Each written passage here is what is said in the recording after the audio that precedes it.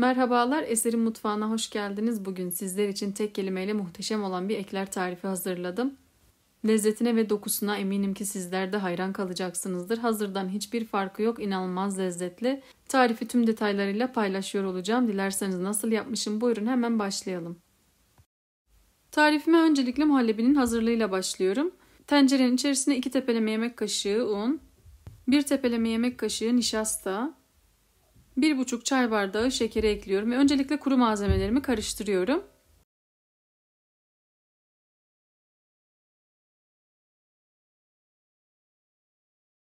Kuru malzemeleri karıştırdıktan sonra üzerine 3 su bardağı süt,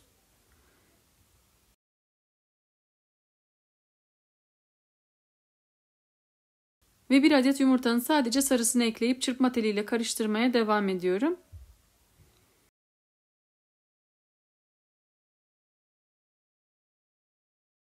Malzemelerimi güzelce karıştırdıktan sonra ocakta kıvam alana kadar kaynatıyorum. Muhallebimi ocaktan aldım. Gördüğünüz gibi istediğimiz kıvama geldi. Üzerine 1 yemek kaşığı tereyağı, 1 paket vanilya ekliyorum ve çırpma teliyle karıştırıyorum.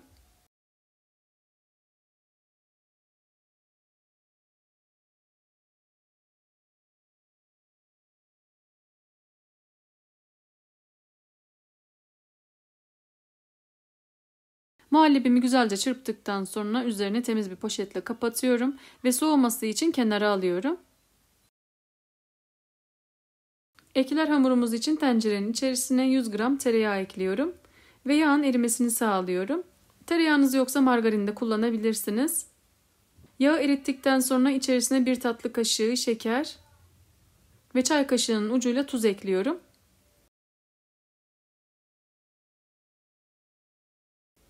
Şekeri de erittikten sonra üzerine 1 su bardağı su ekliyorum.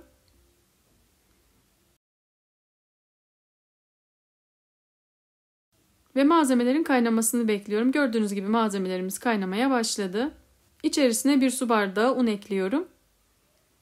Bu aşamada sürekli çırpıyorum ki herhangi bir topaklaşma olmasın. Unu da ekledikten sonra malzemelerimi 1-2 dakika boyunca kısık ateşte karıştırıyorum. Hamurumuzun içerisinde herhangi bir topaklaşma olmayana kadar karıştırıyorum.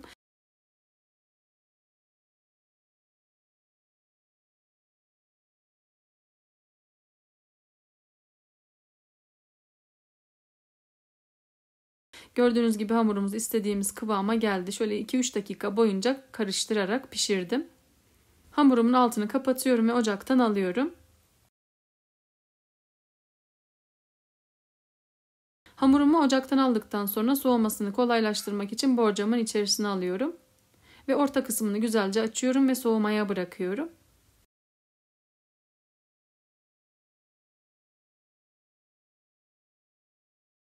Hamurum tamamen soğudu. Öncelikle şöyle bir karıştırıyorum. Ve orta kısmını açtıktan sonra yumurtalarımı tek tek kırmaya başlıyorum. Toplamda 3 adet yumurta kullanacağım. İlk yumurtamı kırdıktan sonra mikserle çırpıyorum.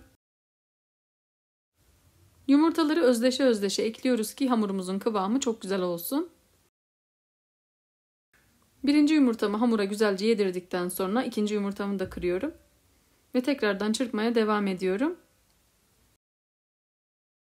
Tarifimde kullanmış olduğum malzeme listesini açıklama bölümüne ekliyor olacağım. Kaçıran arkadaşlarımız oradan bakabilirler. İkinci yumurtayı da hamura güzelce yedirdikten sonra üçüncü yumurtayı kıracağım. Öncelikle hamurun şöyle bir kenarlarını toparlıyorum. Daha sonra da üçüncü yumurtayı kırıp mikserle iyice karıştırıyorum.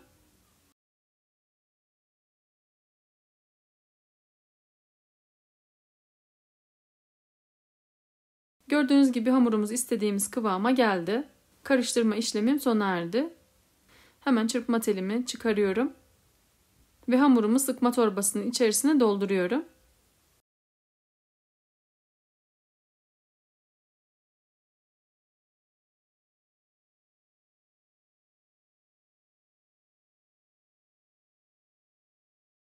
Hamurumu sıkarken yağlı kağıdın kaymaması için kenar kısımlarından balla yapıştırıyorum.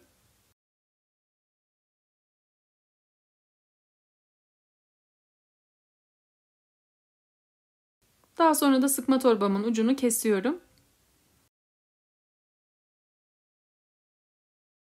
Ve hamuru istediğim ebatlarda sıkıyorum. Siz isterseniz daha büyük ekler veya daha küçük ekler de hazırlayabilirsiniz.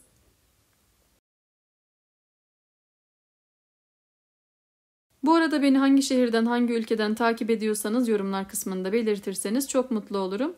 Yine aynı şekilde tarifim hakkında kafanıza takılan bir soru olursa yorumlar kısmından belirtebilirsiniz.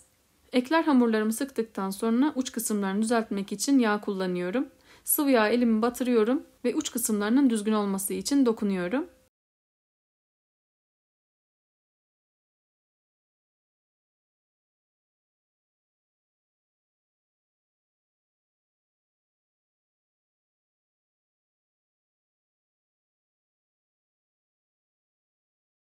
Ekler hamurlarımız artık fırına girmeye hazır.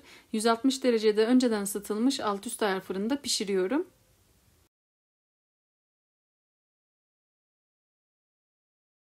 Ekler hamurlarımız fırından çıktı. Gördüğünüz gibi tam istediğimiz renk oldu. Her fırın farklı olduğundan pişirme süresi belirtmiyorum. Bu renge geldikten sonra fırından alabilirsiniz.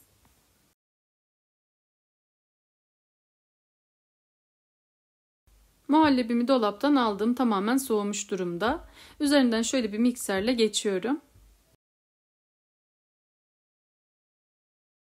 İsterseniz kremasını bu şekilde sade de kullanabilirsiniz. Ben daha çok lezzetli olması açısından 2 yemek kaşığı krem şanti ekliyorum. Ve mikserle 1-2 dakika karıştırıyorum.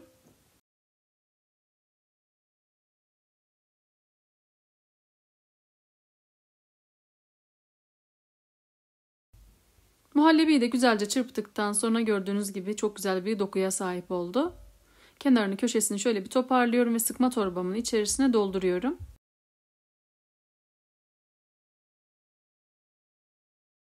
Kremamı sıkma torbasına doldurduktan sonra eklerlerimin ortasını kesmeye başlıyorum.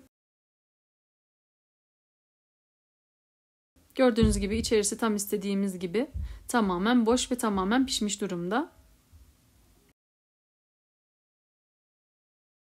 Eklerlerin öncelikle orta kısımlarını keserek hazır hale getiriyorum. Bu şekilde daha pratik olacaktır.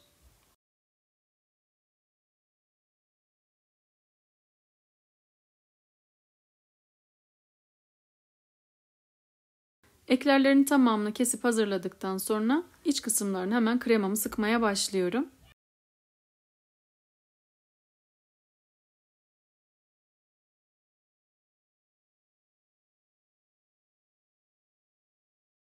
Gördüğünüz gibi eklerin yapımı oldukça pratik ve hazır almanıza hiç gerek olmayan bir lezzette.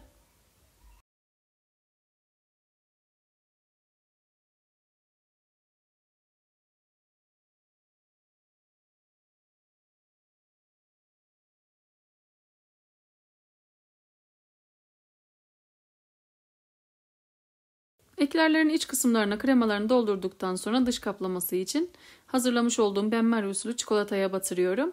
Toplamda 2 paket sütlü çikolatayı benmari usulü erittim ve içerisine eklerlerimi batırıyorum ve sunum tabağıma alıyorum.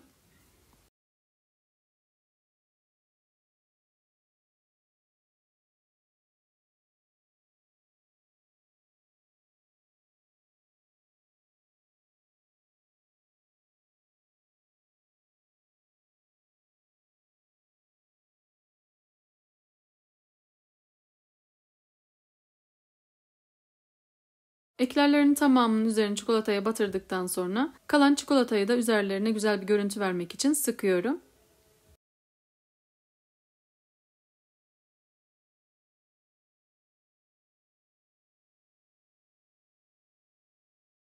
Eklerlerimizi süsledikten sonra dolapta tamamen donana kadar bekletiyorum.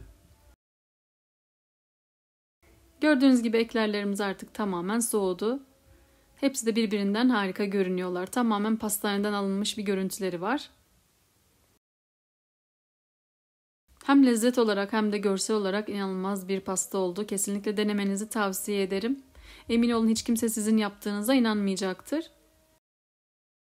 Bu tarifimi denediğiniz zaman hazır almaktan artık vazgeçeceğinizden eminim. Deneyecek olan arkadaşların yorumlar kısmında düşüncelerini bekliyor olacağım. Deneyecek olan herkese şimdiden afiyet olsun. Bugünlük de bir tarifimin daha sonuna geldim. Umarım çok beğendiğiniz bir lezzet olmuştur. Tarifimi beğendiyseniz beğenmeyi, kanalıma hala abone değilseniz abone olmayı unutmayın lütfen. Tariflerimi görmesini istediğiniz arkadaşlarınızla paylaşabilirsiniz. Bildirim zilini aktifleştirerek paylaşımlarımdan anında haberdar olabilirsiniz. Farklı ve lezzetli tariflerde görüşmek üzere. Kendinize çok iyi bakın. Hoşça kalın.